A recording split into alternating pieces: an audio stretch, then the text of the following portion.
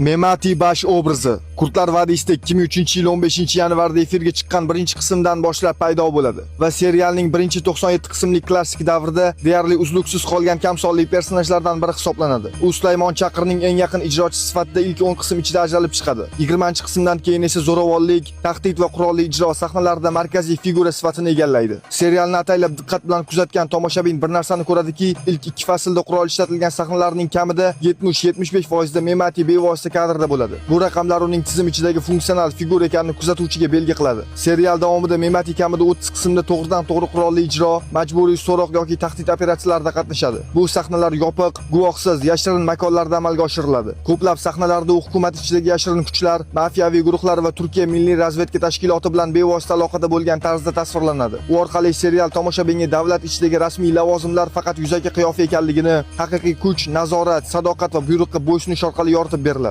Shaxsiy hayotiga ajratilgan vaqt esa juda minimal. Memati Gamze bilan taxminan 10-12 qism davomida ko'rinadi. Bola bilan bog'liq sahnalar esa 5-6 qismni tashkil qiladi. Bu degani Memati ekran vaqtining 80% dan ortig'i zo'ravonlik, vazifa ijrosi va tizim bilan bog'liq operatsiyalar bilan to'ldirilgan. Serial mualliflari ataylab unga normal hayot berishdan qochadi. Bunday hayot Memati tipidagi kadrni tizim uchun beqaror qilib qo'yar edi. Memati bashning o'limi ham dramatik va aniq hisoblangan. U serialning so'nggi qismlarida Po'lat Alemdar va ichki tizim bilan bog'liq kurash markazidan tashqari holatda to'y marosimida himoyasiz lahzada yo'q qilinadi. Ushbu manzil ham ataylab tanlangan edi. Serial shu orqali tomoshabinga aniq signal bergan. Tizim ko'p ishlatilgan, ko'p sir bilgan ijrochisini himoyasiz holatda yo'q qiladi. U tashqi dushman uchun qiziq bo'lmagan, balki ichki muvozanat uchun xavfli figuraga aylangan edi. Uning obrazi real hayot bilan ham kesishadi. 1990-2000-yillar Turkiyasida olib borilgan parlament komissiyalari, jurnalistik surishtiruvlar va sud materiallarida MIT, milliy politsiya va norasmiy mafiyaviy guruhlar o'rtasidagi yashirin operatsiyalar haqida ko'plab eslatmalar mavjud. Bu hujjatlar shuni ko'rsatadiki, o'sha davrda rasmiy lavozimga ega bo'lmagan,